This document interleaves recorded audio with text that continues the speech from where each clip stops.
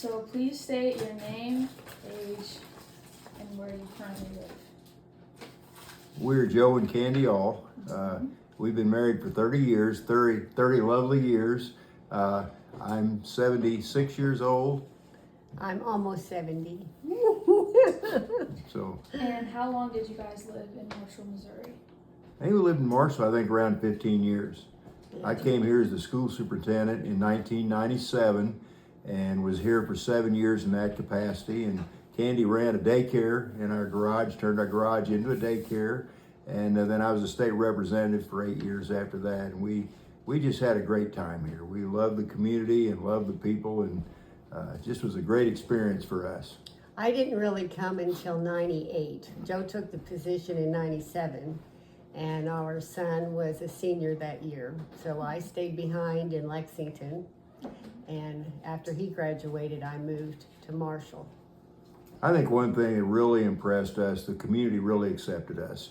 And I had lived in Slater. I had taught and coached in Slater from the beginning of my career. So I knew a lot of people in Saline County. I don't think Candee really knew anybody. I didn't. So, but well, I had one hometown girlfriend that I went to school with, Sharon Hoflicker, and she took me under her wing and introduced me to all the ladies groups and things like that. So she was a connection that I didn't have. People just took us in with open arms, were very good to us. I had a great, the staff in the Marshall school system, fantastic people. And it was just a fantastic experience for us all the way around. And Candee, tell them about your experience with the daycare. Oh, that was the best thing of all. I kept school teachers' children. So, and the best thing about it now with my grandchildren here in Marshall, I'm able to reconnect and watch those kids grow up through their high school years too. So it was wonderful. They have wonderful parents and wonderful kids, and I wouldn't change a thing about it. A couple of things I was really proud of with the school district is, number one, we built the new athletic complex during the time I was superintendent, the new football stadium, the new soccer field, the baseball field, finished the track, just a lot of neat things. And really the whole community, we think, has really been proud of, and we really were glad to be a part of that. Then I was also proud that the school district, the last like 4 or 5 years I was here, we received distinction in performance, the highest rating that was given by the State Department of Elementary and Secondary Education. So we had that distinction in performance rating, and that's based on student achievement, how well the students do. So we're happy with that. Very fun. So can you kind of explain to me what life was like in the community when you lived here, and just some big events or places you like to go? Well, I can remember thinking when I first moved to Marshall, it was almost like vacation, because I had never lived away from Lexington.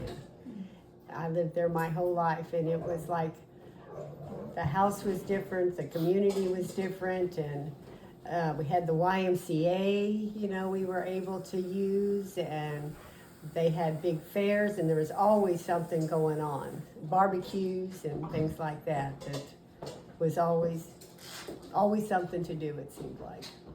Well, I know a place I used to like to go was a Paradise Donut Shop, because I had an advisor when I was superintendent. I had an advisory group down there that told me how the school needed to operate, and then when I was elected to the legislature, they told me how government ought to operate also. So I had a group of advisors that really took care of me and kind of led me down the right path. And they were older gentlemen, and I really developed a good relationship with them. And I also enjoyed my relationship with Missouri Valley College. Had a chance to teach some classes out there on the side, and still do broadcast football and basketball games for the college, and thoroughly enjoy that. Yeah. And the swimming pool, we enjoyed the swimming pool. The grandkids would come, and I always had a swimming pool to take them to. So just a much bigger town from what we grew up in, that we had more opportunities, grocery stores, Walmarts, things like that we weren't used to having. And be sure you tell them you became the pie lady in town. Tell them about that. Everybody was very nice to say that I made good pies. And she did. Still does. They were very nice about that. Yep. So what advice would you give to young people growing up in Marshall today? I don't know. Let's see. Well, appreciate your community. You know, sometimes you hear young people say, I can't wait to grow up and get out of here. Not in this town necessarily, but in any town, people, they get tired of their hometown and, oh, I can't wait to grow up and leave. And then a lot of times they leave and they find out, hey, the place I lived was very special and they want to come back. And this Marshall's it's a great community. Yeah, it is.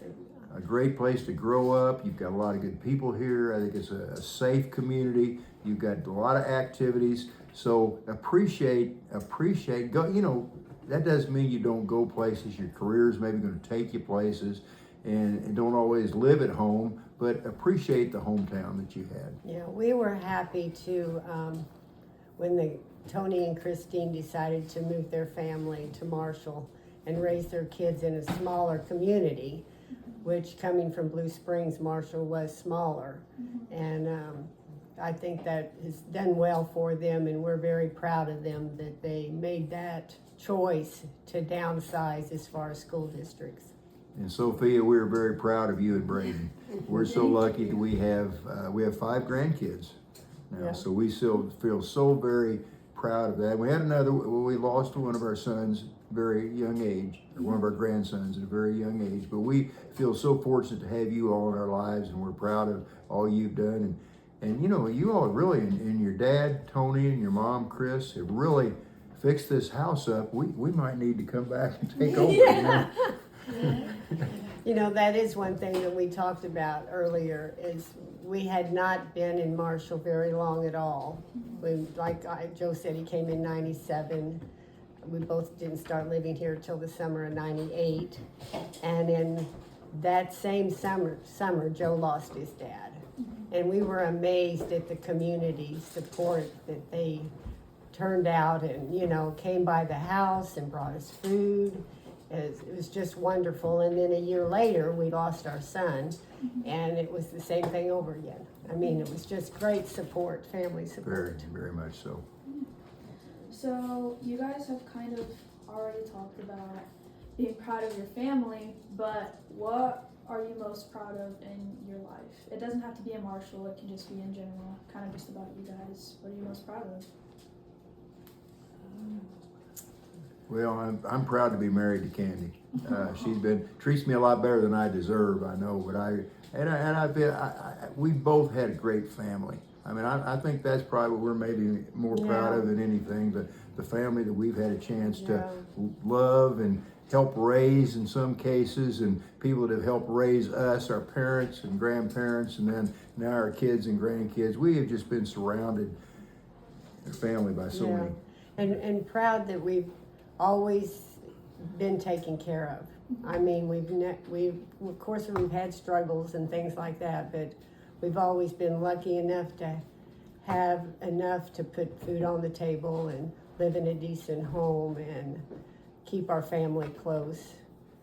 So we're very fortunate that we have God in our lives, and He has taken care of us. Well, we mentioned our grandkids, but we've got some great kids also. And they're not kids anymore. They're adults, but they've done well. Yep. So, is there anything else you'd like to share about your life or the history, or any stories that you want to tell? We've got a lot of stories, but I don't know if you have time for all the stories. Right.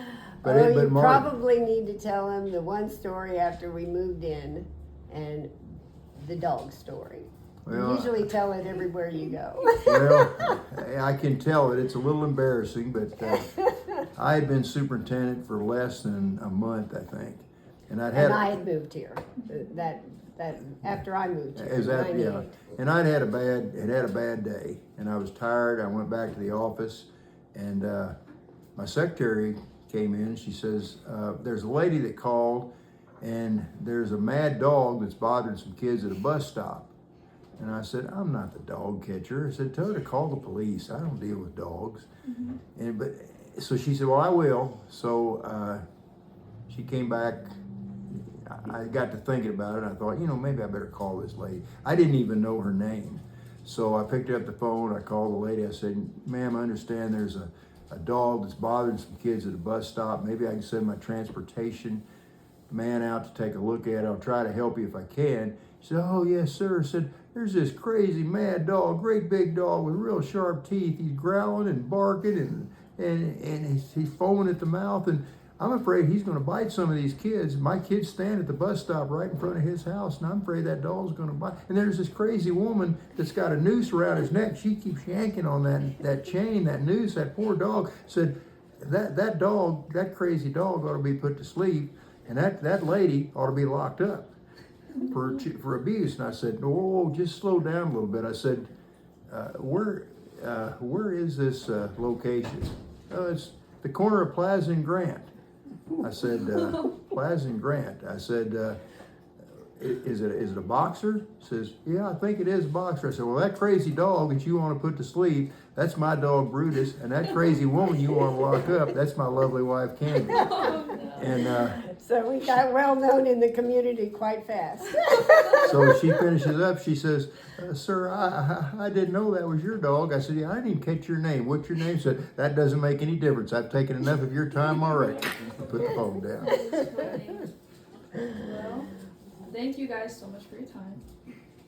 And that's all we got. That's all I got. Thank you so much. Yeah.